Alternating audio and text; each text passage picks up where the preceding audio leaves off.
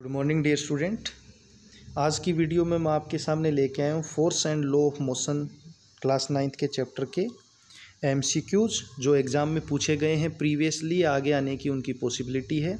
तो वीडियो को लास्ट तक आप देखिएगा। सारे एमसीक्यू मैंने एक्सप्लेनेशन के साथ बताए हैं। फिर भी आपको कोई समस्या हो तो आप कमेंट बॉक्स में पूछ सकते हैं, आपको रिप्लाई दे दिया जाएगा। तो हम शुरू करते हैं। सबसे पहले आपका फर्स्ट क्वेश्चन लेते हैं। A goalkeeper in a game of football pulls his hand backwards after holding the ball short at the goal. This enable the goalkeeper to। तो बच्चों, जब भी हमारे पास क्रिकेट या फुटबॉल कोई भी आप गेम ले सकते हो, जब भी हम बॉल को पकड़ते हैं तो हम क्या करते हैं, अपने हैंड्स को बैकवर्ड्स यानी पीछे की ओर धकेलते हैं। तो इस कंडीशन में हम क्या कर रहे हैं, इस कंडीशन में हम बॉल की वेलोसिटी को कम कर रहे हैं।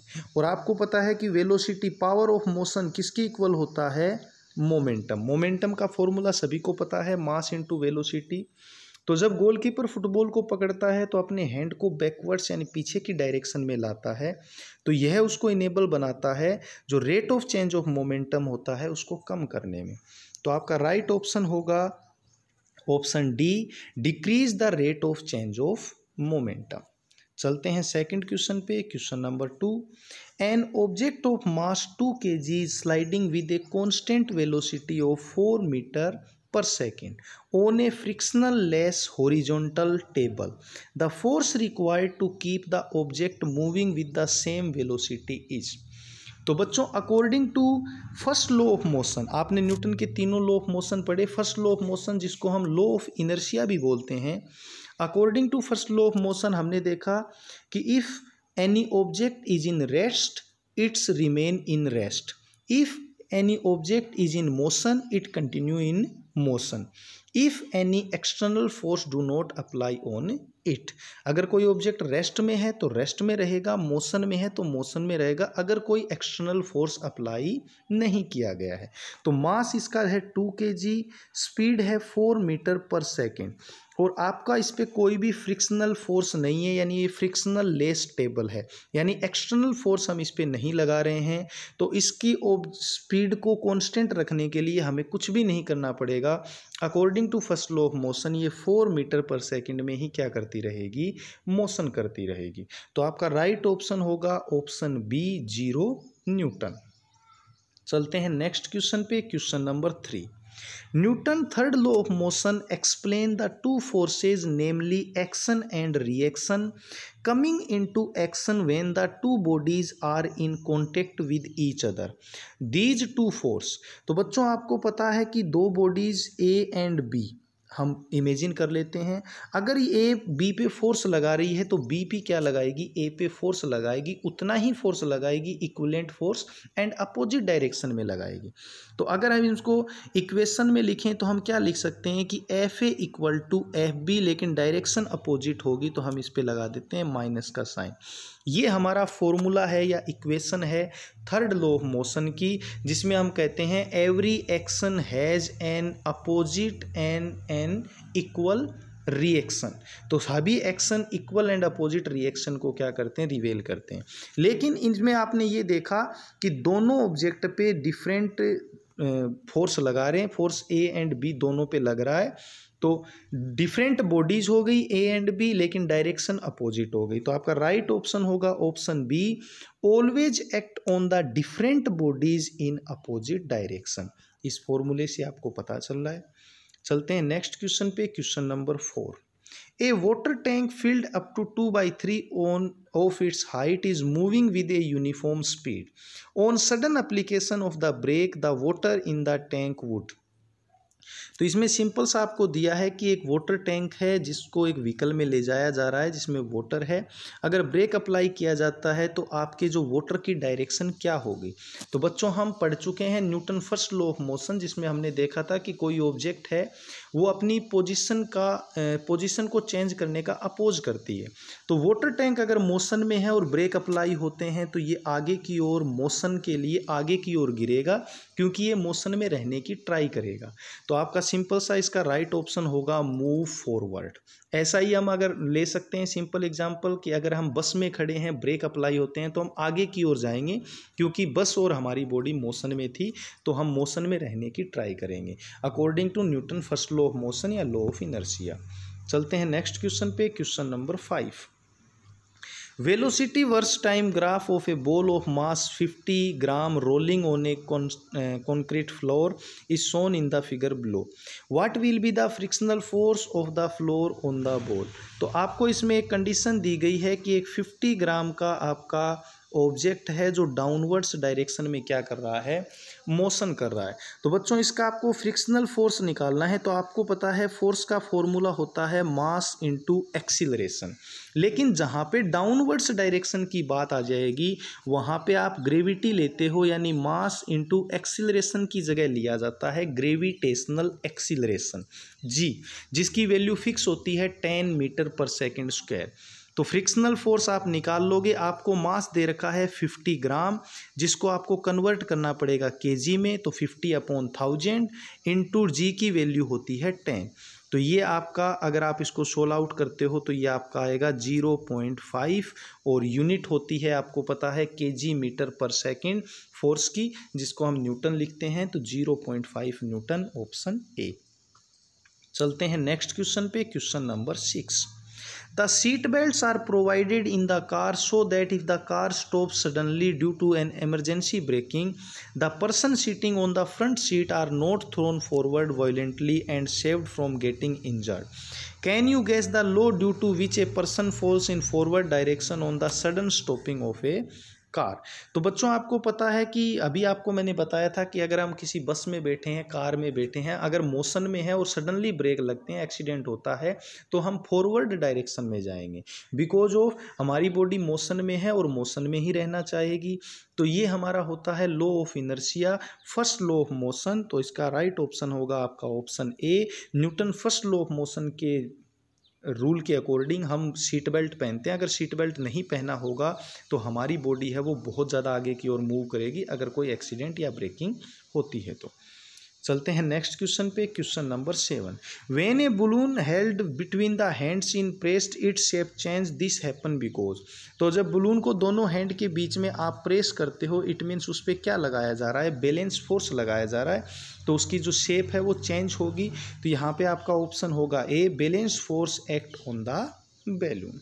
चलते हैं नेक्स्ट क्वेश्चन पे, question number 8। Which of the following situation involve the Newton second law of motion? तो according to Newton second law of motion आप एक स्टेटमेंट पढ़ते हो that rate of change of momentum is directly proportional to applied force, यानी आपका rate of change of momentum है वो किसके अकॉर्डिंग होगा, मास के अकॉर्डिंग, मास पे डिपेंड करेगा। It means momentum depend on mass. तो देखिए सबसे पहला, a force can stop a lighter vehicle as well as a heavier vehicle which are moving. तो दोनों के लिए अलग अलग फोर्स चाहिए, सिंपल फोर्स, तो ये ऑप्शन आपका रॉन्ग है।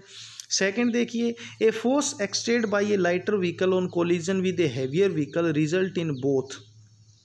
ये ऑप्शन आपका vehicle coming to a standstill, a force exerted by a lighter vehicle on collision with a heavier vehicle result in both the. तो यहाँ पे आपका option A, force can accelerate a lighter vehicle more easily than a heavier vehicle which are moving. तो आपका right option होगा option सी, यानी आपका जो फोर्स है वो लाइटर व्हीकल को मोर इजीली रोक सकता है कंपेरिजनली हेवियर व्हीकल के। क्यों? क्योंकि मोमेंटम आपका डिपेंड करता है मास पे, यानी फोर्स है वो डिपेंड करता है मास पे। जो लाइटर व्हीकल होगा वो इजीली रुक जाएगा, जो हेवियर व्हीकल होगा उसके लिए आपको फोर्स ज़्यादा लगाना पड़ेगा। तो आपका राइट ऑप्शन होगा ऑप्शन सी। चलते हैं नेक्स्ट क्वेश्चन पे, question number 9। The speed of a car weighing 1500 kg increase from 36 kilometer to 72 kilometer per hour uniformly, what will be the change in momentum of the car. तो बच्चों momentum का formula होता है mass into velocity. मास आपको गाड़ी का दे रखा है 1500 kg, वेलोसिटी आपको दे रखी है increase 36 kilometer per hour to 72 kilometer per hour, it means 72 - 36, तो ये आपका आएगा 36 किलोमीटर पर आवर। जब आपने मास है वो केजी में लिया है तो आपको पता है कि 36 किलोमीटर पर आवर है, उसको आपको कन्वर्ट करना पड़ेगा मीटर पर सेकंड में। तो जब आप इसको कन्वर्ट करोगे मीटर पर सेकंड में तो ये आपका आता है 10 मीटर पर सेकंड। तो आपका आंसर हो जाएगा 15,000 किलोग्राम मीटर पर सेकंड। तो राइट ऑप्शन होगा आपका ऑप्शन बी। तो सिंपल से फॉर्मूले से आप इसका आंसर निकाल सकते हो। चलते हैं नेक्स्ट क्वेश्चन पे। A passenger in a moving train toss a coin which falls behind him. Observing this statement, what can you say about the motion of the train? तो अगर मोशन की ट्रेन हो रही है सामने की और आपके अगर मोशन हो रही है मूविंग ट्रेन, तो आपका जो सिक्का आपने उछाला है वो कहाँ गिरेगा? इसमें बताया है कि falls behind them. It means जो आपकी ट्रेन है वो यूनिफॉर्मली एक्सिलरेट हो रही है, एक्सिलरेटेड मोशन हो रही है। तो राइट ऑप्शन होगा आपका ऑप्शन ए। सिंपल सा क्वेश्चन है। चलते हैं नेक्स्ट क्वेश्चन पे। Newton first law of motion says that a moving body should continue to move forever unless some external force act on it, but a moving cycle comes to rest after some time if we stop pedaling it. Can you choose the correct reason for the stoppage of cycle?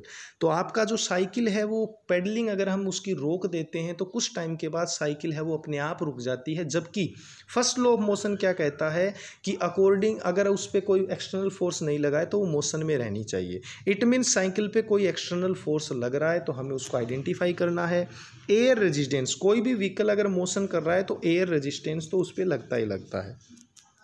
Gravitational pull to the earth, ये आप नहीं बता सकते। Gravitational motion है वो downwards और upwards condition के लिए यूज में आता है। Friction of the road, friction of the road vehicle के लिए लगता है। हीट ऑफ द इन्वायरमेंट है वो मोशन को इफेक्ट नहीं करती। It means air resistance and friction of the road के कारण क्या हो रहा है, व्हीकल आपका रुक रहा है। तो आपका ऑप्शन राइट होगा फर्स्ट एंड थर्ड, जो कि आपके ऑप्शन बी में दे रखे हैं। तो ऑप्शन बी इसका राइट आंसर होगा। चलते हैं नेक्स्ट क्वेश्चन पे।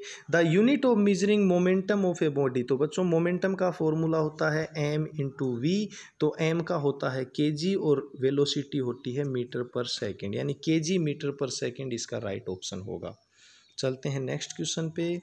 The inertia of a moving object depend on. तो बच्चों जो इनर्शिया होता है वो डिपेंड करता है डायरेक्टली मास पे। जिसका मास ज़्यादा होगा वहाँ इनर्शिया ज़्यादा होगा, मास कम होगा तो इनर्शिया भी कम होगा।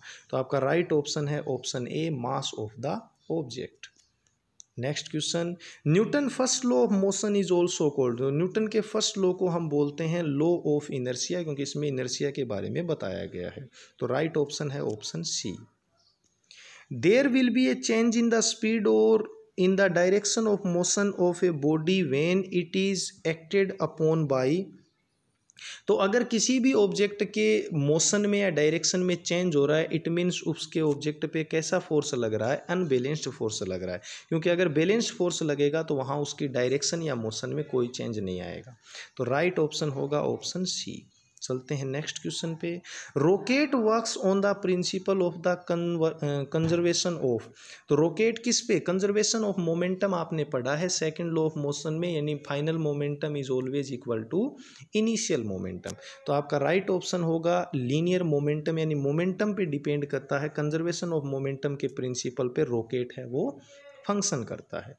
चलते हैं नेक्स्ट क्वेश्चन पे। Question number 17।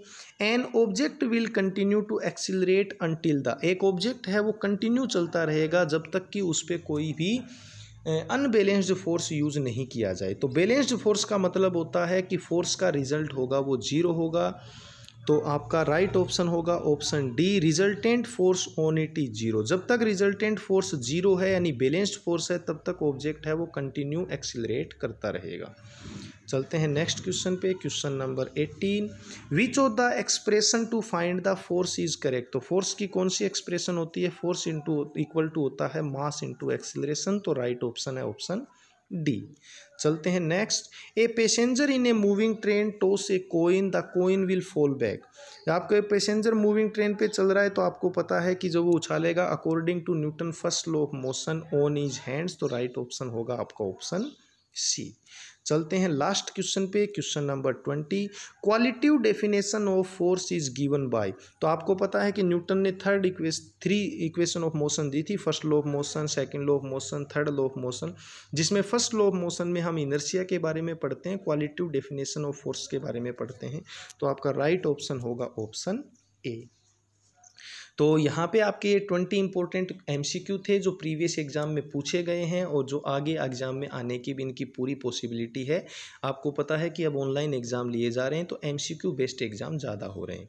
तो आप भी अपना स्कोर ज़रूर बताइए कमेंट बॉक्स में कि 20 में से कितने क्वेश्चन आपको आते थे।